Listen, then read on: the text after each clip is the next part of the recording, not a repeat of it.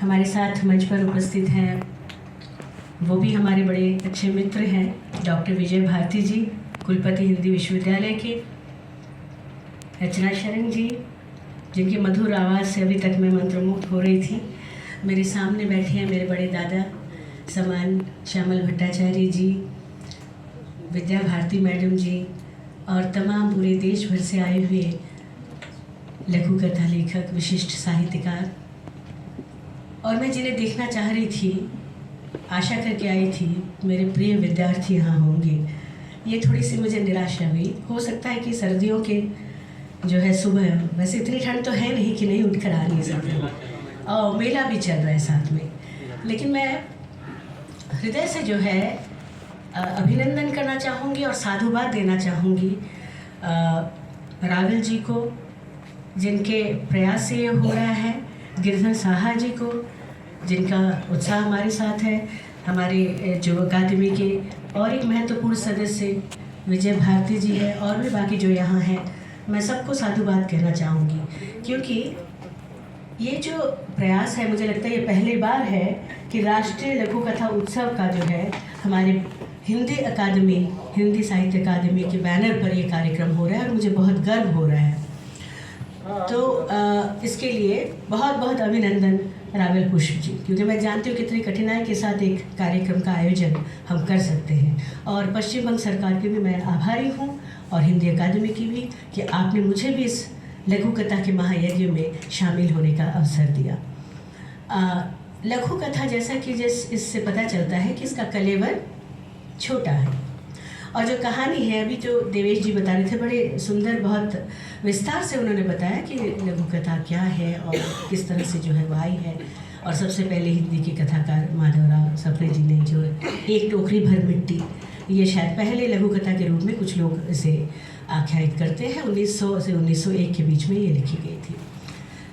लेकिन अगर आप देखेंगे तो हमारे जो भारतवर्ष है ना, ये इसका अपना एक वाचिक परंपरा है, और ये हज़ारों वर्षों का है। और इस वाचिक परंपरा के जो है विशेषता ये थी कि बहुत छोटी छोटी कहानियाँ जो है, बहुत लंबी कहानियाँ इसके माध्यम से नहीं आई। अगर आप देखेंगे हमारे जो पुराण है, वेद है, यानी कि हमारे जो जिसको ब्राह्मण जो है ग्रंथ कहा जाता है, और ब्राह्मणोत्तर ग्रंथ, तो उसमें ये आता है, ब्राह्मणोत्तर ग्रंथ में जो है जैन और जातका जिसको कहते हैं बौद्ध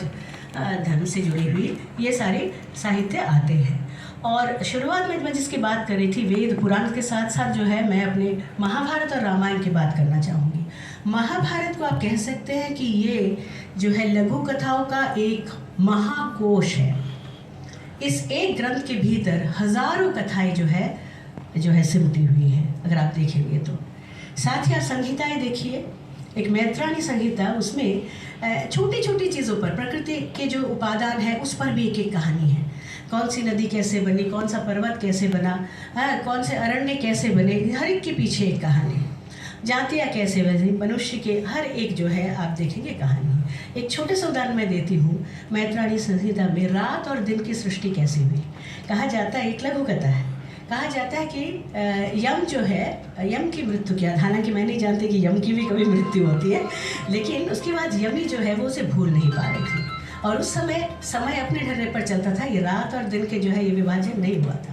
तो ऐसे में जो है देवताओं ने कहा क्या किया जाए, यमी तो जो है भूल ही नहीं पा रही है, इसलिए उन्होंने क्या किया, रात की सृष्टि की, कि रात के समय मनुष्य सो जाएगा तो यमी भी सो जाएगी, तो वो अगले दिन उसका दुख कम हो जाएगा। तो कहा जाता है इस तरह से रात और दिन की सृष्टि हुई। लेकिन आप देखिए, मज़े की बात है कि अभी तक हम बोल रहे थे कि लघु कथा को कितना महत्व दिया जाना चाहिए या नहीं चाहिए, लेकिन मैं कहती हूँ कहानी लिखने से ज़्यादा कठिन है लघु कथा लिखना, क्योंकि छोटे कलेबर में गूढ़ अर्थ होना चाहिए, उसमें एक गंभीर अर्थ, एक बहुत स्पष्ट उद्देश्य आपको व्यक्त करना होता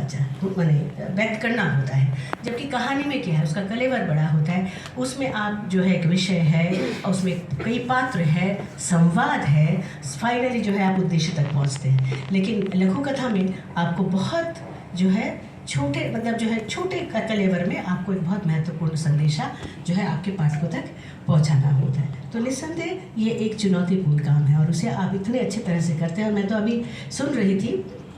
कि हाँ, ये बात है कि देखिए लघु कथा जो है वो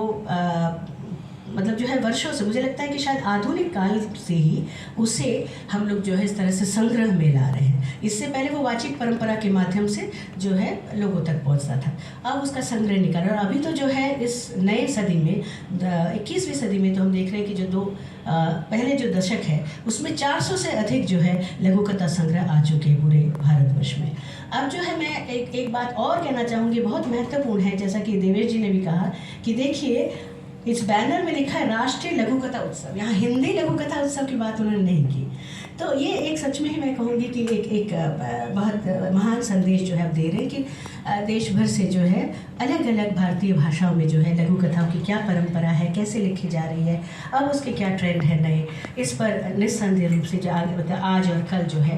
बातें होंगी और बहुत सी बातें आएंगी। और मुझे लगता है जो नवलेखन कर रहे हैं, जो नए लेखक हैं, वो उनको बहुत उत्साह इससे मिलेगा। तो इस तरह के कार्यक्रमों की यही सार्थकता होती है कि वो आगे वाली जो नई पीढ़ी है उसको ये एक महत्वपूर्ण संदेश भी देती है, साथ साथ उसे उत्साह भी करती है कि आप भी लघु कथा लिखिए। तो साथ ही कि बंगाल में भी देखिए इसकी परंपरा भी रही है। जहाँ तक मुझे हिंदी की बात याद आती है, मैंने पहली लघु कथा